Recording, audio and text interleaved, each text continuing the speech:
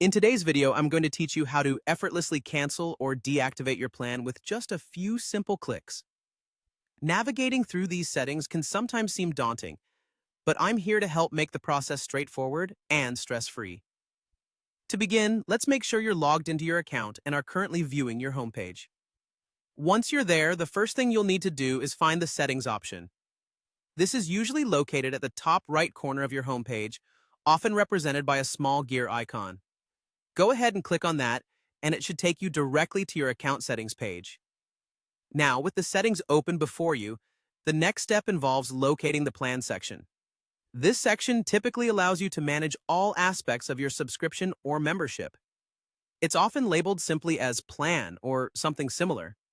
Once you find and click on it, you'll be presented with several options related to your current plan details. Among these options, you'll find the choices to either cancel or deactivate your plan. Selecting the appropriate option largely depends on what you're aiming to achieve.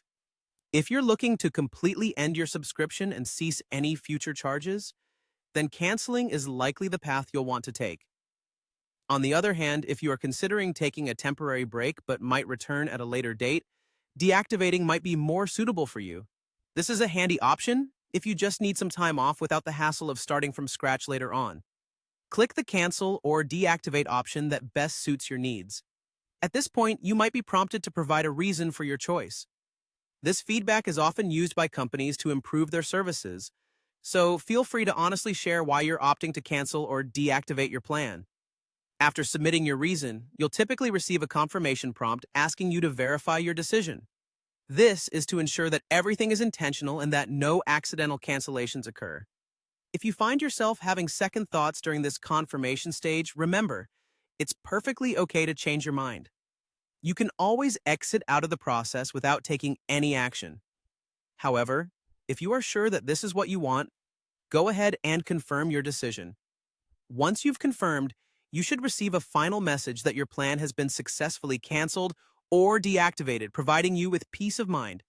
And just like that, you're done.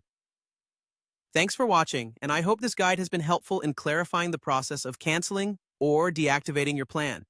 If you have any questions or need further assistance, don't hesitate to reach out in the comments section below.